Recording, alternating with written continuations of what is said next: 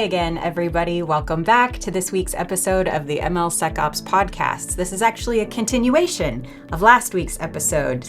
Some of our regular listeners may be familiar with our guest this week, Brian Pendleton. This is actually a continuation of our conversation with Brian. He had so many wonderful insights to share that we had to break this into two.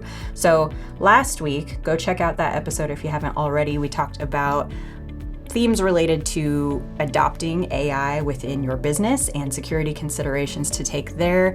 This week, we're diving into things like AI red teaming and additional security insights. So we hope you enjoy. You can see all of our episodes at MLSecOps.com.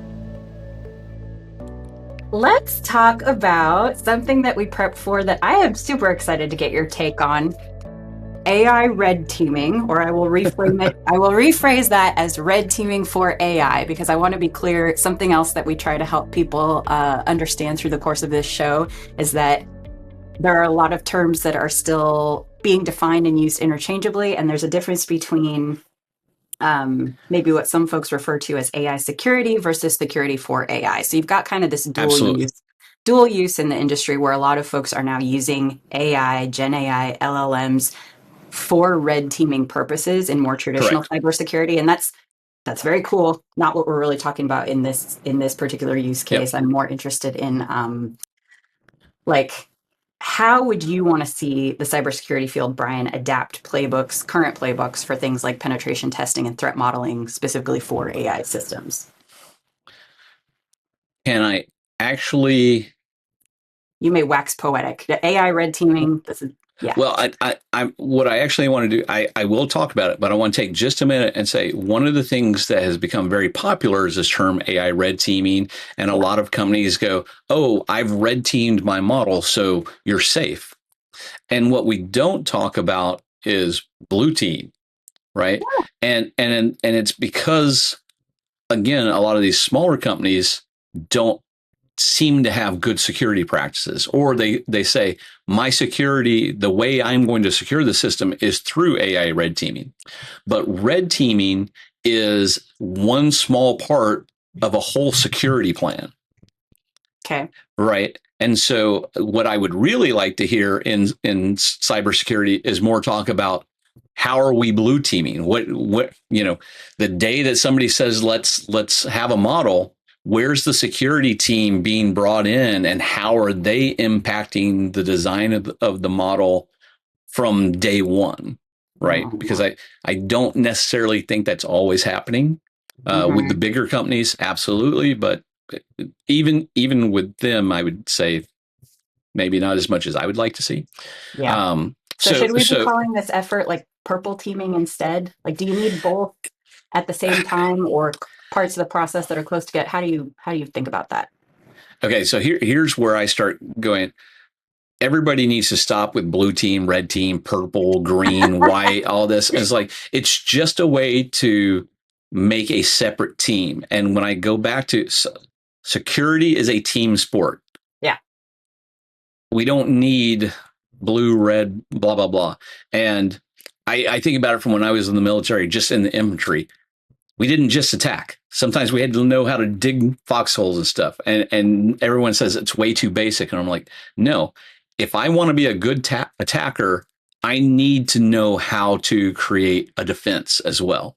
Oh. If I want to be a good defender, I need to at least have some experience in how I would be attacked. Right. And I don't care if that is on a street fight in the military or on a computer system. Yeah. And in my opinion, we've become far too focused on I'm a defender or I'm a attacker. I think to some degree, that's why people recognize that and then said, okay, let's do purple team because it brings it all together. But when that happened, I was like, well, why can't we just say we're in the security team? Because that's what we were before. When I started off, I was in networking, and I was a sysadmin, which when I got in the field, we did it all. We did security, we did networking, we did everything. And then as Cisco started blowing up because networking and the internet started blowing up, and there became people that needed to be focused on networking equipment, and they became network engineers. And it was always funny to me. I was like, 2 years ago when you were with me, you were just a sysadmin like me. Now you're a network engineer, you're making 25,000 more, and you know less than I do because you haven't kept up with everything that I've had to keep up with in knowing everything, right? And so that's where I see an issue, in my opinion, with the security field is we split up. We have too many teams, and there's not enough collaboration, and there's not enough people that say, okay, I want a red team this year. Next year, I'm going to go on defense and take everything that I learned from the red team, and I want to be on the defensive side so that I can try and help defense. Or, somebody else, on the blue team going, you know what, I have been doing the best that I can creating this defense. I need to get into that headspace of an attacker so I can come back to it and build better defenses. That's really interesting. I don't think anyone on the show has put that the way that you have before. And it kind of makes sense. Like, you think about, you gave the military example, but even in like boxing, if you're going to be a great boxer, you need to know how to throw a punch, but you also need to know what your opponent is going to be doing or be able to predict, both sides, to have this well-rounded understanding of what it is you're doing. Sure. In boxing, I mean, you can just be a brawler and just try to beat someone down.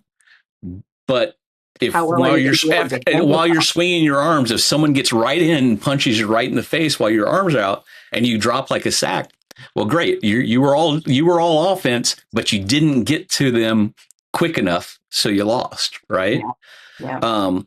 And the other thing that I don't like about red teaming, again, I was in the military, and red teaming is a critical thinking exercise.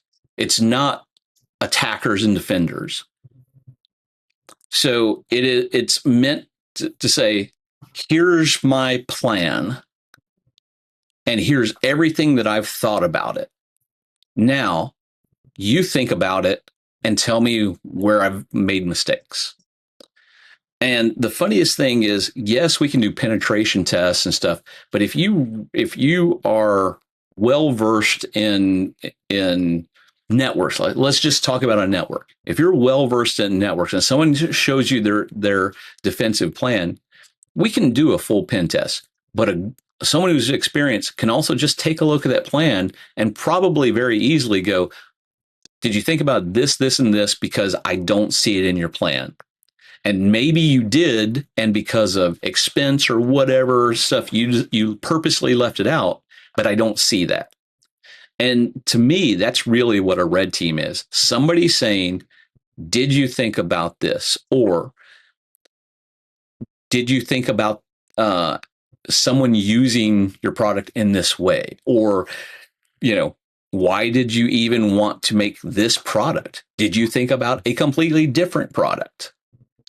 It is asking why and trying to point out, it's critical thinking. It's not attacking, but everything that I see nowadays really is, oh, I'm red team. I'm an attacker. I'm like, well, if you're a red team, you're not supposed to necessarily be finding the vulnerabilities. You're supposed to be figuring out the larger what could be wrong. So maybe if you're like really low on the totem pole, yeah, it's your job. Go find the vulnerabilities. But at a higher level, the people that are looking at red teaming, it should be more about concepts than it should be, I need to know that this one protocol can be attacked. It's, I don't know if I can say it better than that. It's one of the things. There is the Army red teaming manual, which I tell everyone, if you want to be in red teaming, or if you just really want to develop your critical thinking skills, you should download the Army red teaming manual. Until red teaming became popular, it was actually called the critical thinking manual. But then everyone started using red teaming, so they switched it over to red teaming. Interesting. And I'll give you the link for that as well. Thank you. Yeah, we'll put it in the show notes. I mean, I have to imagine, I really like the points you're making about like, do we have to label everything with all of this terminology? People in security, it helps to have a more well-rounded understanding of all of this. And I do lean into that on the other side of the coin. I wonder if it's fair to say, like, when we were initially talking at the first part of the show, I can't remember how you described it, Brian, but you had given the reason for your career being so varied and interesting because you're a natural. I'm a troubleshooter. You're a troubleshooter, yeah. And so I wonder if some of these people who get really comfortable in this red teaming niche are natural. They like to break things. There are people that are just, they have this natural affinity for getting in and doing this really specified piece. And, I think maybe there's something for that. And I don't disagree with. I mean, it's funny we talk about personalities like that. First off, I'll say people that are blue teamers need to be able to break things as well. Fair. Right? Because they have to be able to go in and figure out, everything that we just did isn't going to work, and they need to be able to see that it's not going to work, even after they put in a bunch of time. And if it's a team environment, in my opinion, again, I like saying that because I know some people, sometimes I can come off very much like this is how it should be. Your red team, if you have a separate red team, while you're doing the initial designs, that red team should be a part of that so that they can, instead of waiting until a product is halfway done and then going, see, look what we can do to it, to help the organization both cut down on development time and, built-in security is always better than baked-on security, right? Yep. Always will be. Yep. So if the red team is talking with the security team from day one and looking over their designs and stuff and being able to go, hey guys, remember in our last engagement, we beat you because of this, and look, you're doing it again here. So let's take the lessons that we had learned from that. Can we put it in now? Yeah. Before you get to that point where you're going to say, okay, red team, let's take a look at this again. Yeah. That's right. A fantastic point.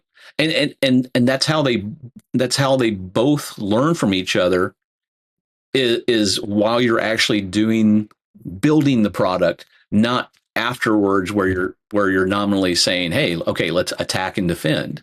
Yeah. When we're talking about products, right? And even if it's like a network, same thing. It doesn't matter if it is a product going out. If I'm having to build a whole new network, I would rather have my red team come in as I'm building it to help remind me to say, hey, remember this. Like, and even though being kind of the asshole that I am, I'll be like, I do remember that. I do. It's still nice because you don't remember everything, right? It's so having it right there at the beginning. It's also one of the things I know you asked about AI red teaming, and there is a lot of AI red teaming that to me isn't security red teaming. It is safety red teaming, which we need. But when they find a safety issue, then that red team throws it back on the security team and says, well, you screwed up. Well, no, the security team has a set responsibility, and there is a safety team, or there should be. Now, maybe it's a small enough company or organization that maybe the security team is the safety team. Mm-hmm. But what I'm talking about, for instance, is if I can, with an LLM, if I can jailbreak it and get it to say racist stuff, or if I can jailbreak it and get it to tell me how to do VX poison, mm-hmm. Or I get it to tell me the best way to do something illegal, right? So those are safety issues. Yeah, they're They're not security issues. Right. Um, and then a lot of times they'll also go, oh, I got it to tell me the training data. So that's a privacy issue. Like, not to the security team. Safety, security, privacy. They're three different fields. Sometimes they intersect, sometimes they don't. But at the beginning, we always have to look at them separately because, for instance, there's different laws and rules for privacy, right? There's different laws and rules for safety. So we've got to start at the bigger levels and then find out where they intersect. And far too often, a security team will get yelled at for something that really should have been a safety or privacy thing, even if the security team was the team that would eventually be tasked with fixing the issue. They may not have had the understanding of privacy or safety to know that they needed to look at it. Whereas an expert in privacy or safety would have been able to say, hey, we have to do XYZ. So when you're going through and making your security plans, you need to also think about this. Right. This might be a good transition to my next question, which is around how do you feel about, I'm throwing a lot of terminology at you because I can tell we love labels. Zero trust, these stakeholders, safety, security, privacy, how many of those stakeholders are involved in zero trust? Or actually, let's just start with, what are your thoughts around that whole concept? As a concept, it is great and where we should go. Yeah. As an actual implementation, what I have seen so far over the last 2 years, hasn't been, it has not lived up to its hype. Even though people are talking about zero trust and AI, I don't exactly see an implementation path soon. Got it. It's going to take a little bit more time before we figure out exactly how zero trust is going to fit into these systems, I think.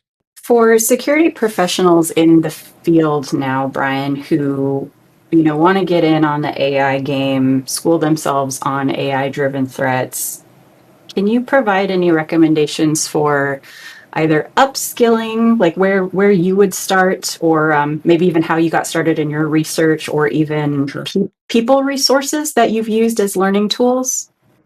So this is one area of, I'm going to air quotes, research that I've done over the last 5 years, as I really thought more and more about this ML security engineer position. And the one thing that I have found anecdotally is that as a security person, I believe that you are very well positioned to move into the ML security space. Okay. I think that security people by nature tend to be very curious. I think that they tend to be focused and like to solve problems. So when there's something that they just can't solve, they don't just quit. They keep at it, right? They're used to picking up all different types of skills that help them get a job done. And here's where I bag on the ML teams again. In trying to get some of them to learn more about security, it has not gone nearly as well as teaching security people about machine learning concepts. And I think for the most part, it's not because there's not the ML teams definitely have the intelligence and the skills and everything. It's just that they want to build models or work in data engineering or whatever. They're not thinking of the same way that I think that your typical security person does. Yeah, they probably just want to build cool shit. Right. Right. And most of the time your security people want to know how stuff works. Yeah. And then once they learn how it works, they want to know, okay, now how can I break it? And so it's just a different mentality, but I think it works very well for that ML security engineer position. Um, so I would immediately tell everyone, like, if you're going to go to a college for it, don't. There is so much free and relatively free stuff on the internet. I mean, Hugging Face has stuff. Free Code Camp is an amazing resource, and it's all free. Deep Learning. Andrew Ng, yeah. Yep, Andrew. Yep, his stuff. All it's free, right? So it's all out there. Now, if you have to be pressured, like for me, I'm so ADHD. Sometimes if there's not somebody just like there poking at me, I'm in the middle of something, it's like squirrel, and I go off and want to do something else. So if you're like that and you need that pressure of a classroom or something, great, do what you have to do to learn it. But in general, you can learn everything that you need out on the internet. The one thing that will be very controversial, you don't need to learn any mathematics. Anytime you see anybody say you need to learn math, tell them no, you don't. And I get Are we back talking about specifically for like the AI security piece or the ML security engineer role that you're kind of okay? Yeah. Now, if you want to get into data science and you want to get into machine learning engineering, yes, there's some math you need, and you're going to be. But for a security role, you don't need it. And I've been saying this for years and years, and everyone is like, no, you have to figure out gradient descent, and our attack has to do this one. And I was vindicated by a paper that Microsoft just put out not too long ago. And then I have it right here. In one of there's two things I want to point out. They say, as one of their points, you don't have to compute gradients to break an AI. And I think we absolutely understand that from LLMs, right? You just have to be able to write, and you can jailbreak an LLM. And I will tell you the same thing. If you are trying to attack a system that's being served through an API, again, that's back to API security. You don't need to know necessarily about the model. You need to know about API security, right? The impact will be on the model, but you can break through the API. The second thing that they put in that, again, I've been talking about is the human element of AI red teaming is essential. And I think that's the most important thing, because you have to think about coming from any security, you have to think about how somebody is going to use the product, the network, the software, whatever it is. And you have to be able to put yourself in their shoes. And from there, you can then start thinking about how you're going to attack this system. And that has nothing to do with building a model. It has nothing to do with the mathematics of, is it a linear regression model or a neural network or anything like that. This gets back to at the end of the day, it's about knowing humans.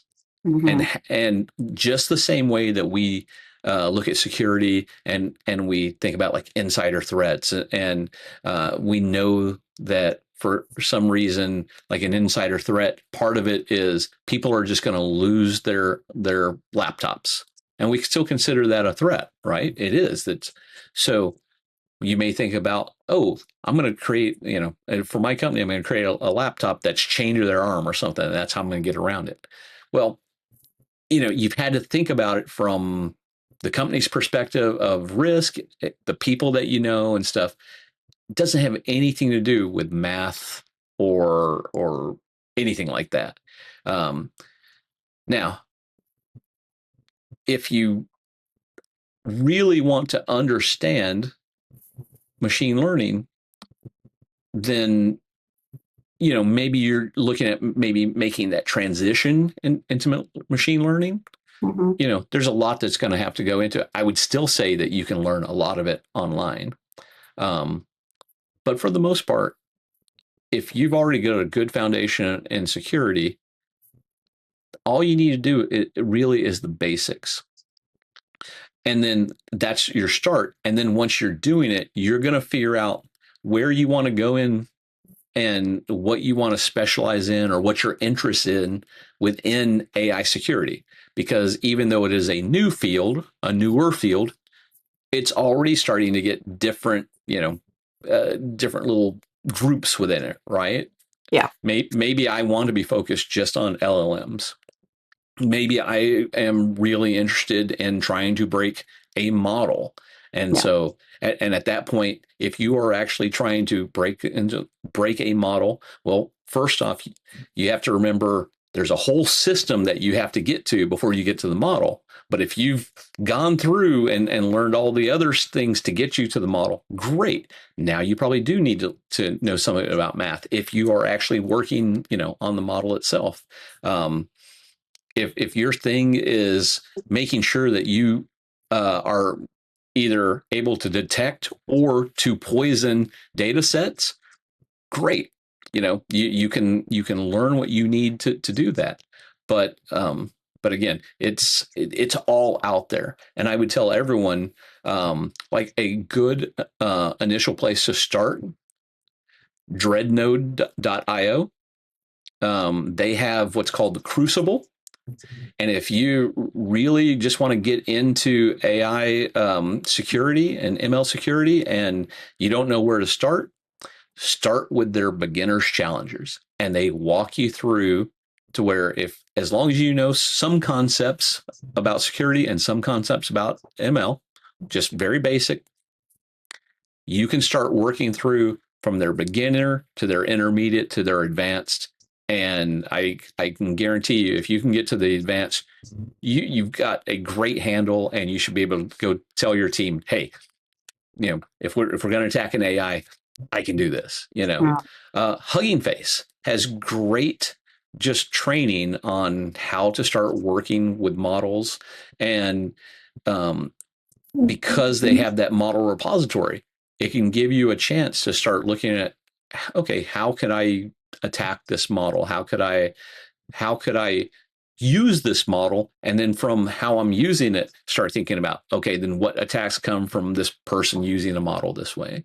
Mm-hmm. There are also some good insights on Hugging Face too. A lot of the models are scanned by like some Protect AI scanners, Pickle Scan, and so you can go in and see, models that have been flagged as unsafe, kind of learn about where those vulnerabilities are and get a little background that way as well. Yeah, absolutely. I was about to get to that because it's, just like any virus or anything like that. If you wanted to play around with viruses, make sure before you download them, you've noticed that they have been flagged but put them on a system that you're okay with. But play with the ones that are already flagged as being broken and see what the different. Pull up one that's, I don't know, I'm just going to say, like, a very basic beginner model that a lot of people start off with is housing prices, or predicting housing prices in an area. So find one that is flagged as safe and one that's flagged as being, already been broken. See how they operate differently. Get that muscle memory of, oh, I can start seeing that this bad inference is happening this way, or if I put this type of answer, it always comes back like this, whereas the non-broken one is doing things correctly, and I start seeing differences. We are the ultimate model. We pattern predict, or we can see patterns in data, in numbers, in the clouds, better than any machine ever will be. Maybe not as fast, but we recognize patterns. It's what's kept us alive for a million years, right? Right. Excellent pattern recognition. And so you, just like anything, I know sysadmins that can sit there and before even looking at the logs, somebody says, oh, this computer's doing this and this computer this, and they're like, oh, I know what's wrong with this one, right? Because what they've just heard, they've heard so many different times that they know, let's go. They already know that their computers are on this OS and have all this different stuff. So at that point, they're like, I know what this is, right? Right. The computer in their brain has already gone like, boop, there you go. Right. So, I always say if you're able to work with these things, you'll start getting a feel for what you think it could be right or wrong with a model. And if you think there's something wrong with the model, then prove it. If it says it's a good model, but you think there's something wrong, prove it. Work through the things that you might think could show that and prove it. Go get your hands dirty. Right. I mean, that's what we do as hackers, right? I mean, the hackers weren't about breaking into systems and stuff. The original hackers were about, I want to use something for a different purpose, or I see something that maybe no one else does as a use for this, and I'm going to use it, or everyone says I can't use it for this purpose, I'm going to prove I can, type of thing. It wasn't just about breaking in systems, even though that's kind of what it has become. But if you don't get your hands dirty, and that's where you're going to learn the most. I really think with some of this stuff, just like in regular security, if you're not in it, and that's one of the reasons why I tell everyone, I'm honest with everyone, is I do not, break models anymore. I could care less about models. Building a model is, to me, the most boring thing in the world. And I could probably teach a chimp to do it. And I'm sure there's ML people listening to this later on that are going to go, but where they come in, and I'll say, and the security people, the way they come up with the features and the way they start understanding the data better, it's not the building, it's not the initial putting together of the model. It is really that refining of the model is where their expertise comes in. But everyone who says, oh, to be in, I will tell you, most people that I've heard say, oh, to be in ML security, you have to be an expert model builder and understand every single aspect of data cleaning and all this bullshit. No, you don't. All right. That's fair. We've got a bunch of good controversial stuff here. This is going to be a great episode. All right, Brian, I feel like I could sit and talk to you for a couple more hours about all of this. You're so engaging, and just these insights are awesome. That said, we've just got a few minutes left. So Can I ask you, if it's all right, we'll share a link to your LinkedIn profile in the show notes so people can follow along with your professional journey. But just as far as the rest of this year, can you tell us what you might be up to in this space? Are you going to continue work with the AI Village, or what do you got going on? So I'm continuing working with ARVA, the AI Risk and Vulnerability Alliance. We are just rebooting our Avid vulnerability database. So we're about to get that kicked off again. One of the founders of ARVA, who had built Avid, also started another company. So things kind of slowed down, but we're back focused on that. I continue to go up on the Hill and talk to representatives and staffers about AI security. So I will continue to do that. I would tell anyone who is out there, if you're in the DC area or can come in the January, February timeframes, look for Hackers on the Hill, because it's very important for experts that are out there, not the CEOs of the companies, but the people who are doing things day to day. Come and talk to representatives and staffers about what you're seeing out in the world, and they've got so many questions about this stuff, and it helps them create legislation, right? So I would always tell people to do that, and I've been doing that for several years. I am currently applying for jobs, so hopefully I will be going into an organization where I can actually take some of these hot takes and see how they actually work. I will continue work. One of the things that I'm working on right now is a paper on red teaming, which the world does not need another paper on red teaming, except for mine is kind of the anti-paper of why we need to stop writing about red teaming. Can't wait for that to drop. Yeah. Oh, my eyes will be peeled. And then also, there's going to be the AI Village at DEF CON in August, and then Camelus in October. Nice. So if you're in applied ML security, AI/ML, you should take a look at Camelus. It is a great collection of people and some actual security, that's happening in companies. It's the one place where people are kind of honest about what they're seeing. So it's really nice to be there. So that's about it that I can think of right now. I mean, that's quite a good little bit. So yeah. All right. Well, I hate to wrap it, but I think we're at the end here. Hopefully the first of additional conversations we get to have with you, Brian. But I just want to say again, it's an honor to have you on the show. I know we've been trying for it for a long time, so I'm glad we were able to make it happen. And thank you so much for being here with us. Yeah, thanks so much for having me. Like I said, I very much appreciate it. I know there's going to be people who go, "Who the hell is this guy?" And I will tell you, for a lot of things, I have tried to stay away from presenting, and I like doing things one-on-one, and that's why this, to me, it feels good, because it's more like I'm talking to you than to an audience. I mean, that is what it is. That's why I like going and talking to people on the Hill, because I'm having a one-on-one conversation with people that can actually do something instead of just putting out another position paper or something like that, Yeah. So. Awesome. All right. Well, hope to do it again sometime. I appreciate you. Always here, and like I said, I will make time whenever you need it, because I enjoy talking with you guys. And like I said, I also have followed Protect, and I think you guys are doing good work. Thank you so much. And with that, I'll close the show with thanking our sponsor, Protect AI, and you, the MLSecOps community members who keep tuning in every week. We will see you again next time.